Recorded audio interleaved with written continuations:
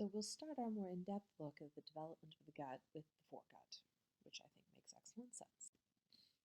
All right, so back to day 28. We're going to go back and look at sort of our basic gut tube, which initially is sort of the same diameter throughout the body. But shortly after that, the thoracic foregut starts to elongate and then it expands. But the expansion of the dorsal side is much faster than the ventral side, which creates this sort of curved structure that's going to become the stomach. So the more quickly expanding dorsal side is the greater curvature of the stomach, and this more slowly expanding ventral side is the lesser curvature of the stomach. Now, week 7 through 8, the stomach is going to start to rotate, and I do hope you like rotation because when we get to the heart next week, we are going to rotate ourselves into a tizzy. But this is sort of a way to get your feet wet with the concept of organs rotating. So, between week 7 and 8, the stomach is going to rotate 90 degrees around its cranial to caudal axis. Okay? So, sort of like if you're twirling in ballet. And admittedly, I don't know enough about ballet to know what the actual term is, but twirling, everybody knows twirling. Okay, so it's going to rotate. At the same time, it's rotating just a little bit around the ventral dorsal axis. Okay, so we've got a couple of different rotations going here.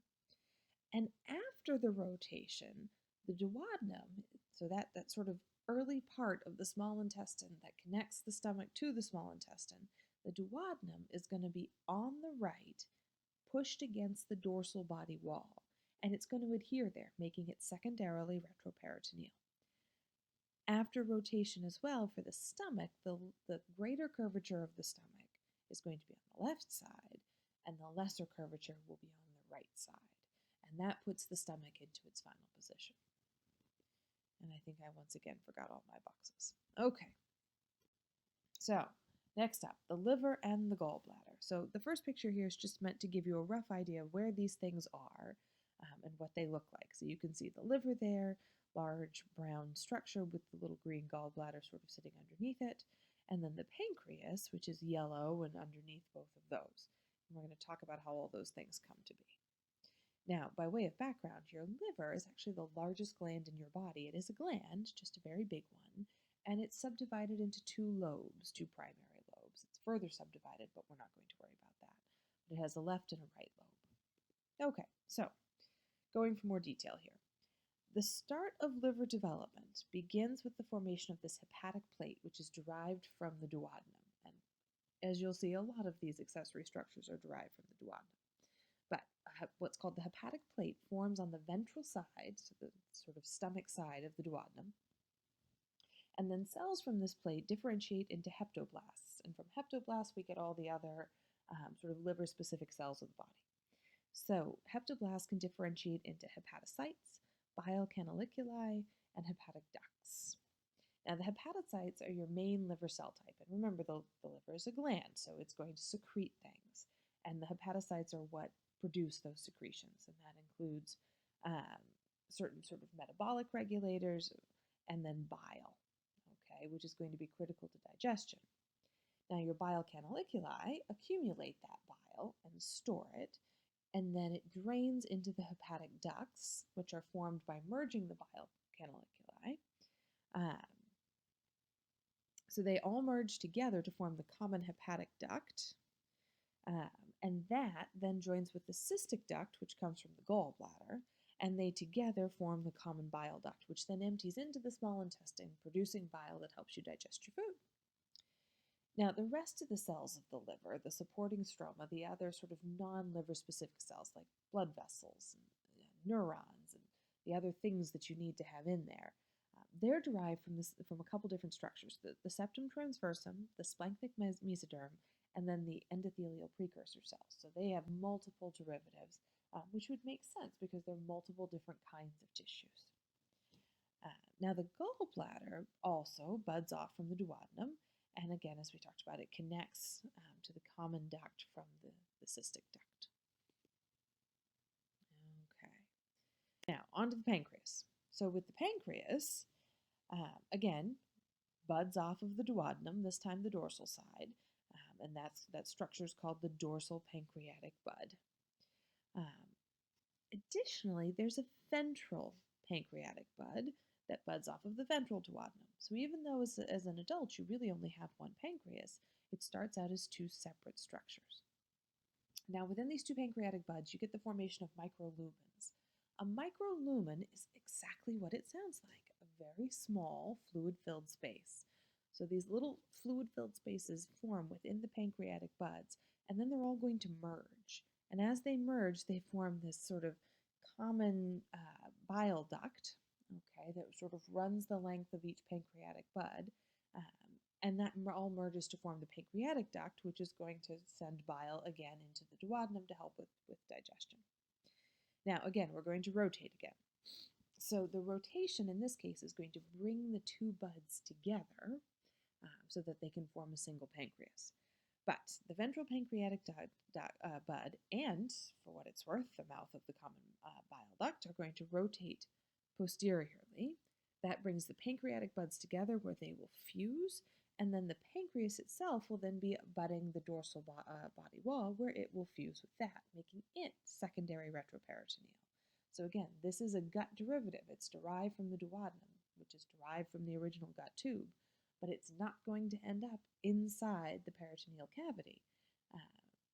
So it's going to end up outside there, and it's going to merge with the body wall, the dorsal body wall, pardon me. Okay. All right, and then finally the cells of the pancreas. This is a little bit interesting, particularly for anybody who has diabetes. So we're going to spend just a quick moment talking about diabetes. But all the cells from the pancreas differentiate from the endoderm of the pancreatic buds, and there are a couple different cell types. You have these acinar cells that produce digestive enzymes. Again, the pancreas is part of this structure, including the gallbladder and the liver that produce bile. And then the ductal cells that transport the enzymes from the pancreas into the small intestine. Now, within the pancreas, you also get endocrine cells, and they are located within these structures called the islets of Langerhans. Okay, and there they are there. Now, these endocrine cells in the islets of Langerhans produce a variety of different chemicals, peptides, hormones, but the one we're going to focus on is insulin. So, insulin, of course, makes you think of diabetes.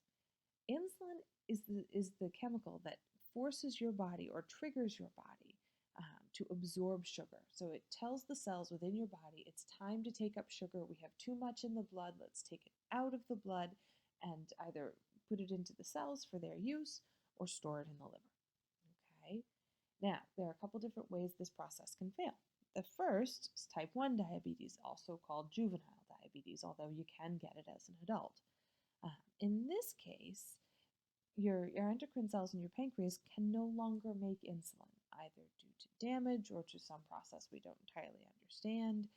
Sometimes folks that have had, say, cancer treatments will suffer damage to their pancreas and end up with this. Either way, you're not making insulin. And if you can't make insulin, then you can't recognize when you have too much sugar, and your blood sugar will rise and rise and rise and rise unchecked. So everybody who's type 1 diabetic has to be given supplemental insulin, which is done with an injection.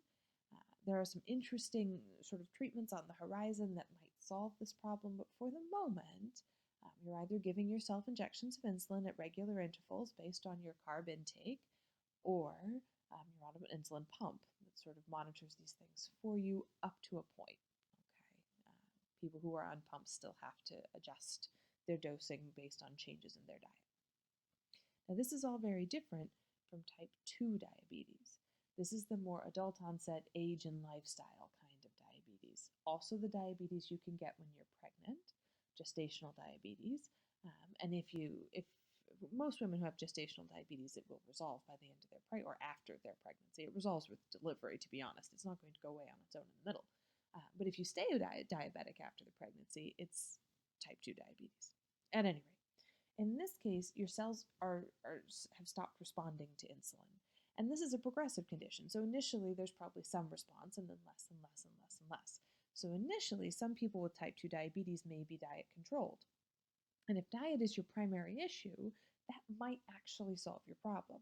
But if it's allowed to progress, either because you're not taking the steps recommended by your doctor or because whatever underlying process is there is not something you can control with diet, then over time, the ability of your cells to respond to insulin decreases and may get to the point where you require insulin.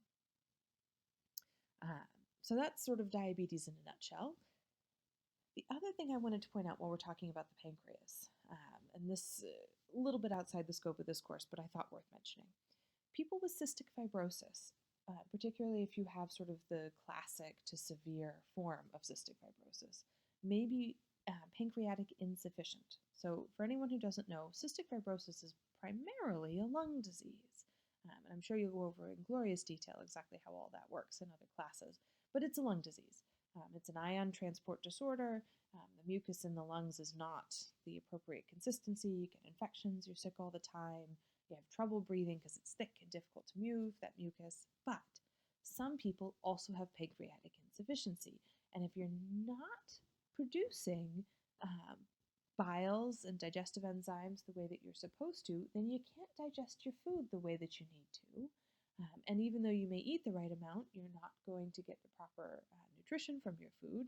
And so kids with cystic fibrosis who are pancreatic insufficient tend to be very small and look malnourished, even though they're technically eating enough because their pancreas isn't doing its job. It's also part of the reason that as you get older with cystic fibrosis, you may be more likely to get diabetes.